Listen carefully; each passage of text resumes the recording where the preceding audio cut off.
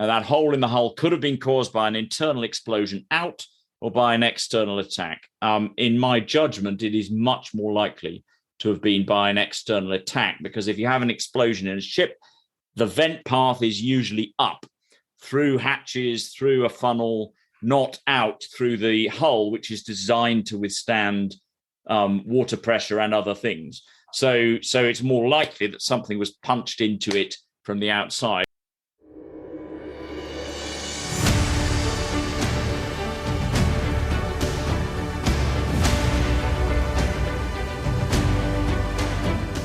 Hi everyone, and welcome to another edition of Backstory. I'm Dana Lewis. On this edition, the aftershocks of war in Ukraine will be felt worldwide, talking about food shortages and fertilizer.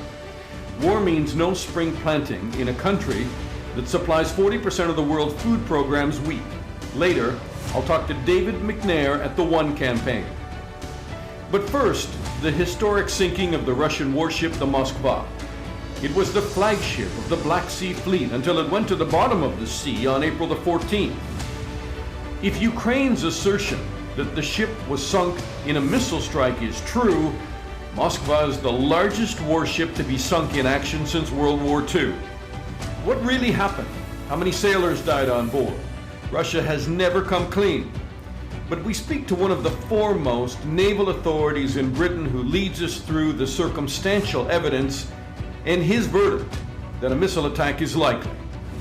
We'll also post this interview with retired Rear Admiral John Gower on YouTube, so if you wish you can see it in video form, including some of the pictures of the Moskva that John refers to.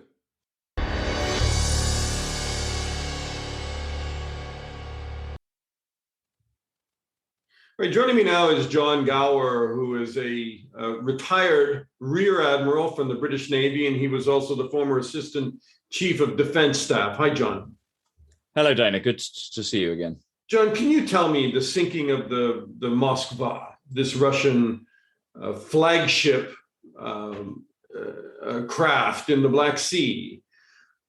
First of all, just as somebody, who has spent a lifetime in the Navy, how significant is this? How big a wow was this in your community? Well, I think it is. You do not go into a land war expecting to lose the flagship of your sea force on the sea side of the battle. This is not a maritime battle. There has been no direct war between the Russian fleet and any maritime elements of the Ukraine armed forces. And in fact, the deployment of the Moskva, which is quite an elderly ship, it's predominantly a ship against another ship. That's how it was designed. It has a limited shore bombardment ability with its gun on the bow. And it is that gun which it used to bombard Snake Island right at the beginning of the war. I think that the Russians did not expect in any way that their maritime forces would be engaged, and yet we have seen on at least 3 occasions probable engagements and sinkings or damaging of ships, and the most latest of these is the probable sinking by Ukrainian action of the Moskva. The Pentagon says there's evidence that the Ukrainians sunk it. The Ukrainians say that they fired 2 cruise missiles from the shoreline near Odessa. What's your opinion? Well, I must say first that I don't, as a retired naval officer, I have no access to any inside scoop or intelligence here. I speak here merely from my experience. And I can bring up, if you like, some pictures that I've prepared, which might help those listening to understand what it is that I'm Sure. saying. Let's have a look at them. Okay, so this is Moskva. She's a big, impressive ship, but as I say, she was a new ship when I was quite a young officer, so she's been around a bit. We only have the images, so this clearly is an image taken some time ago. We only have the accounts that the Russians have given, which is that she suffered an internal explosion and fire or fire and then explosion and then loss of the ship. And the Ukrainian version, which, as you say, is backed up by United States intelligence, that there was a cruise missile attack from a shore-based anti-ship cruise missile battery near Odessa, and some reports that a drone was also used, probably as part of the targeting, but also perhaps as part of the distraction of this ship, whose primary role is not anti-air. And so it is primarily an anti-surface ship, and it will not have a very significant anti-air capability. Does any of that make sense to you, that they may have used a drone or two or three to distract this ship? Well, I think that distraction wouldn't have been the primary objective. It might have occurred that way. They certainly would have wanted to give the missile battery an accurate position of the target ship, because these cruise missiles, the Neptune is a derivative of the Russian, again quite old but very capable kayak missile, the KH-35, and that is a missile that can launch against a position in the sea without any radar on, so it's very difficult to detect. And then when it gets close to the target, it illuminates its radar and then homes in on the target. And if you can present a position by using drones or any other intelligence capability, then you end up by making it a more stealthy approach by the missile, if indeed that is what happened. So this is what she looks side on, and I bring this merely to show the sort of bit that's above the waterline in grey and the bit that's below the waterline in red, which is significant when we look at the photographs that have become available, having been taken from what appears to be the Russian ships which went to her aid, and perhaps the ships which took her under tow after the damage, whether by missile, probable, or by internal explosion, possible. And I'll come to one of those, because this is where we can now start to look at perhaps what happened. So these are the primary two photographs that have been made public. And the first thing I want to draw people's attention to is she has a lot of water inside her at the moment. If you remember the previous photograph, she was standing very proud of the sea. In fact, some of the underwater, the boot topping, the brown bit was visible. And so what she's lost is what in naval term is called freeboard, that bit of the ship that is above the waterline, the bit that keeps her afloat, the air in the ship that keeps her afloat. And just for perspective, the waterline is nearly up to the break in the hull, where the hull slightly bends. Admittedly, she is heeling over towards the photographer. But if that was, you look at the previous photograph, that would be a rising of the water, where I've marked it in blue, from what you can just see around where the white line is, almost up to the upper deck level. So that is a significant amount of water in the ship. Now, that amount of water is very unlikely to have come simply from firefighting within the ship. Some of it might have done, but the majority of that water has come in through a hole in the hull. Now, that hole in the hull could have been caused by an internal explosion out or by an external attack. In my judgment, it is much more likely to have been by an external attack, because if you have an explosion in a ship, the vent path is usually up, through hatches, through a funnel, not out through the hull, which is designed to withstand water pressure and other things. So it's more likely that something was punched into it from the outside. And the reason I say that is, if you look at this photograph here, which is just a zoom in on the one we've looked at, this is the area of greatest damage. So if a missile attack, the missile hit here. These missiles sea skim. In their terminal phase, they go down to about 3 meters, about 10 feet off the water, and they hit generally on the side of the ship. And if you look carefully inside the red circle, you can see what appears to be a hole in the hull. It's a dark mark on the hull. It is unlikely to have caught fire and just burnt that bit of the thing. So it looks like a hole in the hull. I'm speculating, but she's tilted over in that direction. She's lost a lot of freeboard. the chances are that the water has come in from a hole on her port side. And the reason I think this is that I'm old enough to remember the Falklands War. And my mind goes back to the Exocet attack in early May of 1982 on HMS Sheffield. So this is what Moskva looked like after the incident in April of this year. This is Sheffield after the Exocet attack in May of 1982. And on both of them, the area of the ship that's the biggest cross-section that a missile radar would look at, where the funnel is, where the command and control area is, where the main missile area is, you can see in the Sheffield that the hole from the Exocet missile is about there. Remember, this is a missile basically designed from a missile designed to look like an Exocet. So they're very, very similar missiles. And if you look at the Moskva, there is again this hole that I believe to be on the port side, roughly where the largest radar mass of the ship would be to a missile approaching the ship. And I think these two photographs show a very similar story. And the other thing about the Moskva, which is different from the Sheffield, is that around where the missile struck, just forward of that, are all of the sandbox anti-ship missiles. There's a considerable amount of ammunition and other explosive issue and stuff around there, detonating munitions and all of that kind of stuff. Do you want to imagine what the first panicked 30 minutes or so were like on that ship if it was indeed a missile strike? Well, I think I wouldn't want to be lurid and imagine it. If you want to know, you can read the Board of Inquiry report into HMS Sheffield's loss.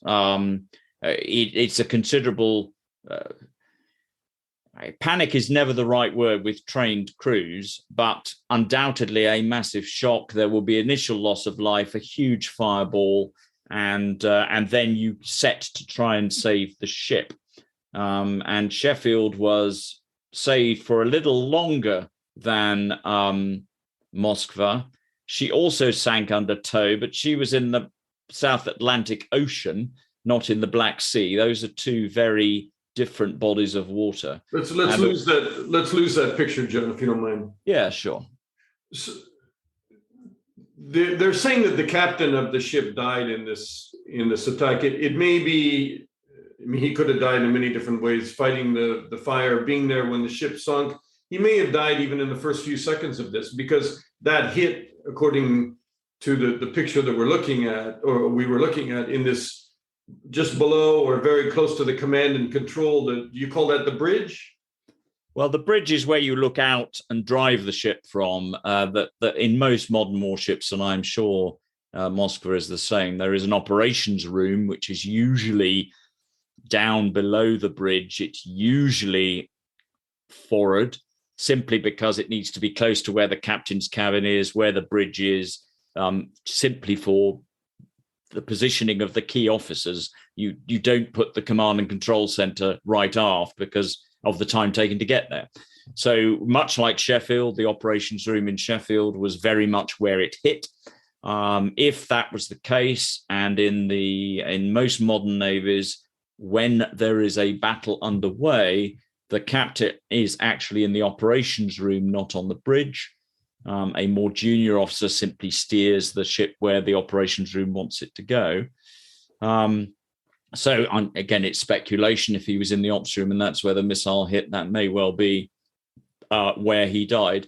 Unlikely for the captain to be actually fighting fires. That wouldn't be the primary role of the captain. His job in any circumstances to direct others and maintain an overview. But sadly, a number of the ship's company will have lost their lives in this. I say sadly simply as a mariner.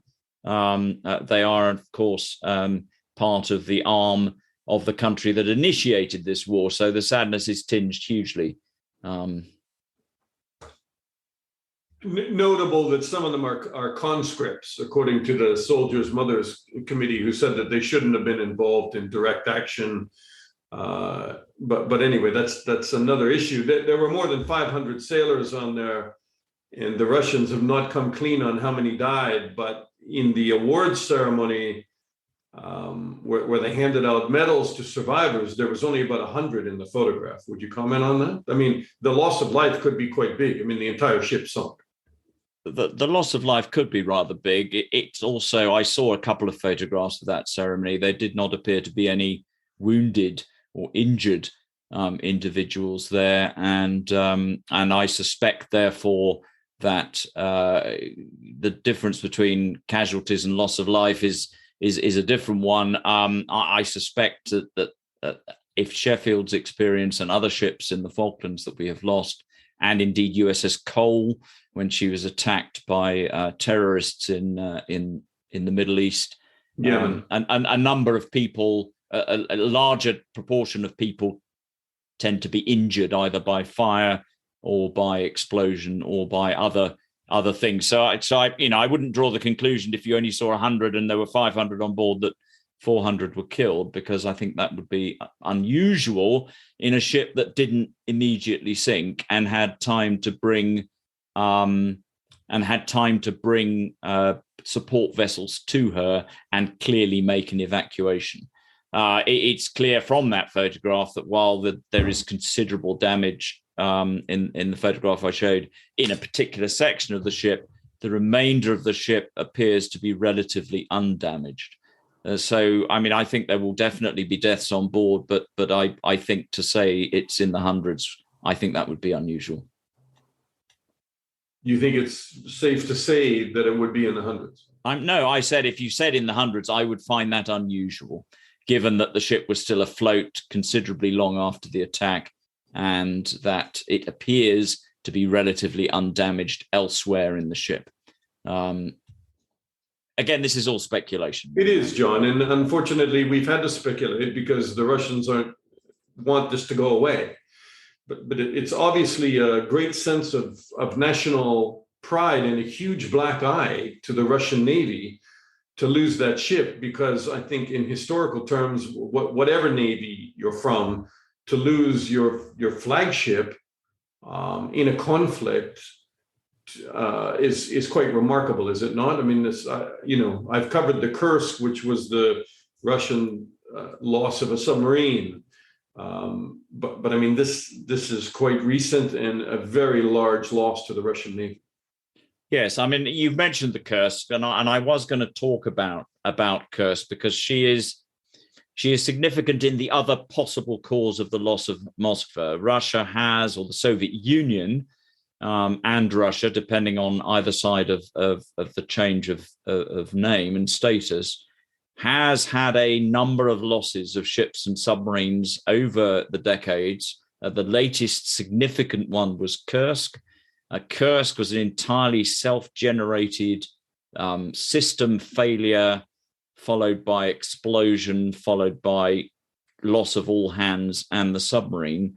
They previously, in the mid-1980s, lost a Mike-class submarine off the coast of Norway, which caught fire with very few survivors and sank.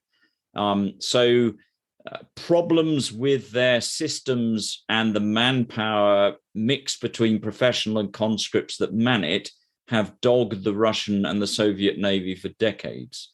So that is why I can't exclude, I wouldn't exclude that this was, this could have been an internal accident of a very significant kind.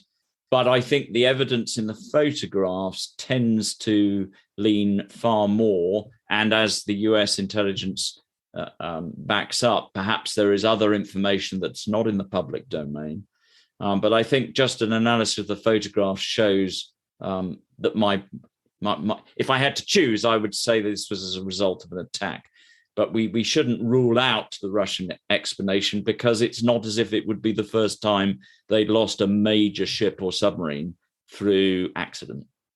Look, I know you have a huge amount of expertise in chemical, biological, nuclear, and I just can't let you go without asking you, do you think that this danger of some of the threats from President Putin has eased somewhat? I mean, he hinted at a possible use of a nuclear tactical weapon, and there are great fears of them using chemical weapons as they did in Syria. Do you have reason to, exhale and feel that we're through a more dangerous period now with the Russians, or do you think that threat is still there, looming, and something we have to really take note of? I don't exhale with any relief at any stage of this war. As I think I said to you in an earlier interview when we discussed this, the veiled threats, very thinly veiled threats that the president made and some of his senior staff, military and political, made about, which were couched in terms that made it absolutely clear that if there was intervention by a neighboring state or indeed by NATO, that nuclear weapons were definitely within the field of arms on the table. On the one hand, you could say that intervention has not occurred for a whole host of reasons, mostly because intervention is the one thing you can say about any intervention is that the life of the average Ukrainian would become much more dangerous instantly, even more so than under the callous bombardment of the Russians. So NATO and the US in particular took very great care not to rise to any of the nuclear saber rattling that President Putin undertook at the beginning. And I said in that interview with you that him using a weapon as part of his war against Ukraine, a nuclear weapon, is extremely unlikely. I would never venture to say President Putin would not do ... because every time you try and say that, he then goes and does it. But I think it would be extremely unlikely because if you wanted to guarantee an intervention, that would be the way to go about it. So whilst I don't exhale with relief, and I don't think anything has changed as a result of the change in strategy in Moscow, where they have moved from trying to take the capital to possibly the original most significant strategic thing for Russia, and that is a land bridge to the illegally annexed Crimea part of Ukraine. I don't think that removes the minimal possibility of these weapons. What I don't think has changed at all, however, is if things are not going the way that the president and the leading apparatchiks in Moscow want it to go, and in particular, if resilience continues to be shown by everyone from President Zelensky down to the civilians whose stoic reaction to the murder of their families we see daily on television, I remain afraid that the predilection of the Russians and President Putin in particular in person to resort to barbaric weapons, chemical weapons and biological weapons in the terrorization of the civilian community, I could not rule that out. I don't think that has changed. And I think the way in which you counter that is to make it absolutely clear, as I've said before, that if those weapons are used, in addition to the countless breaches of international humanitarian law that have already taken place in the Ukraine war, you would assiduously seek out, try and bring to justice all of those in the command chain who were part of the release of those weapons of terror. John Gower, Rear Admiral, retired from the British Navy. Thank you so much, John. Thank you.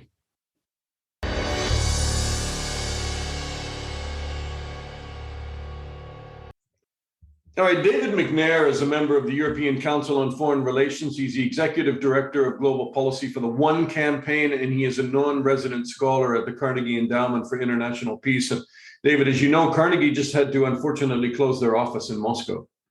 Yeah, it's dark times that we're living through, for sure.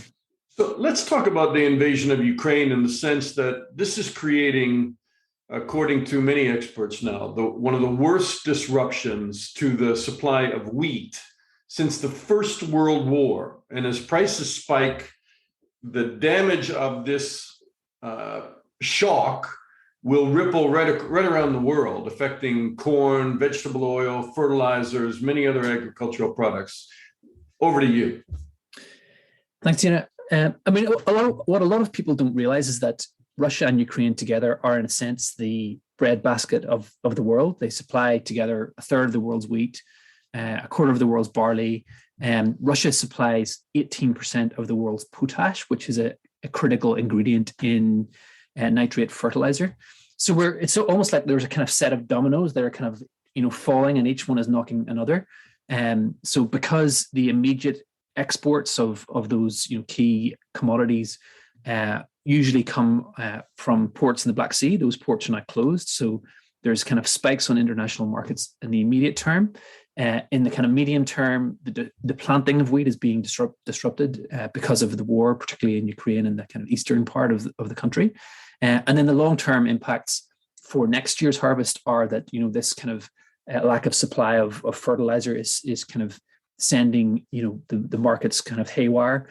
And the implications of this could be quite significant. I mean, the World Food Programme's director, David Beasley, has said that this could create a food security crisis, like nothing that we've seen since the Second World War. The immediate countries that are likely to be affected are those that are highly dependent on those two regions for their staple goods. So Egypt. Let's talk about that, because according to the UN, there are 50 countries that depend on Russia and Ukraine for 30% more of their wheat supply, 30% or more. And many developing countries in Northern Africa, Asia, and the Near East are the most reliant. Which ones stand out to you that are going to be caught in this squeeze? Well, Egypt is the first one that everyone talks about. 70% of Egypt's wheat comes from Russia and Ukraine, and from what I've heard, the country has reserves available until June, and after that, then there's a need for kind of identifying other supplies. Bread is a staple in Egypt. The government already subsidizes bread supply for the population. Mm-hmm. And Egypt's also in a lot of debt. So there are discussions about if Egypt has to seek a program from the IMF. One of the conditions of that IMF program might be reforming the wheat subsidies. So you could see a situation like we had in 2009-10, where high prices of and high costs of living lead to instability, like we saw with the Arab Spring, and that can then ripple out. In fact, that is one of the things that started the demonstrations against Hosni Mubarak in Egypt, right? Was the rising food prices, maybe even sugar, I think specifically. Yeah, exactly. But it's not just Egypt. I mean, there are countries across the Middle East, but even, looking down, and I've just got a graph in front of me, which I'll just kind of talk you through. But everywhere from Uganda, Tunisia, Gambia, Senegal, Congo, Rwanda, all of these countries depend on Russia and Ukraine for more than half of their wheat. So those costs are going to go up. And the challenge in sub-Saharan Africa is that because poverty rates are so high, families tend to spend a higher proportion of their weekly income on food. Mm-hmm. And that food tends to be, they're not typically buying, meat and vegetables. They're buying basic staples. And these are the staples that are shooting up in price.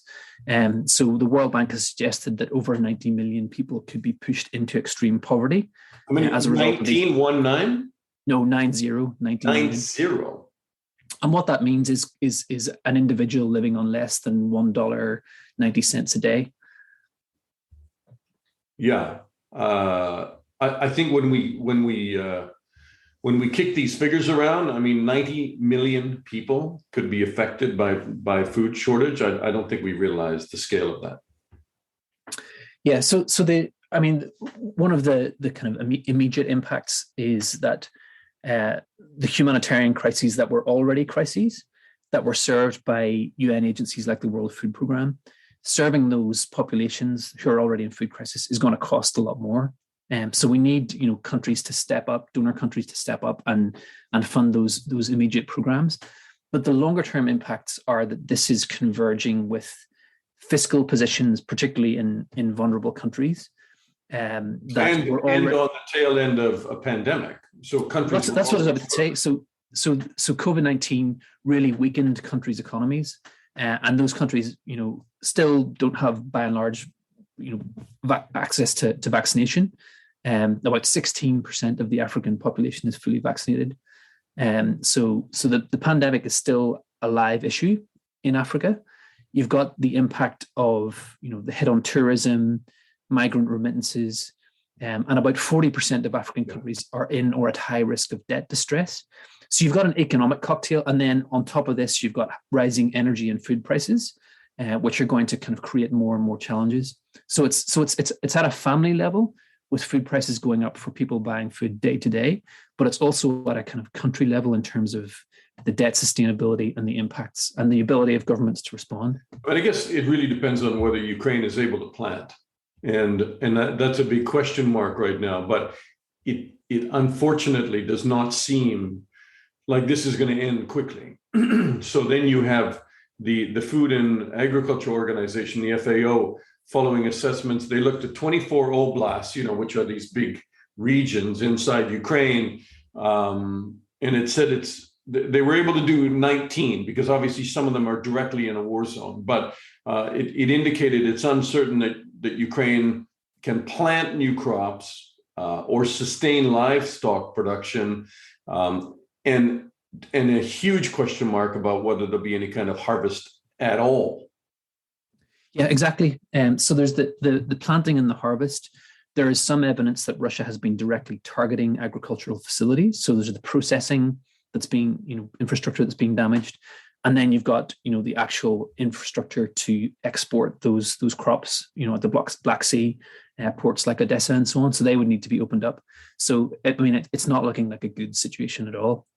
So is there an answer here where, obviously long term, we hope that there's going to be some kind of movement towards peace in Ukraine, don't hold your breath in the short term. But is there other countries that can step up, or how do we fill this gap, this critical human gap for people who will not have bread on the table?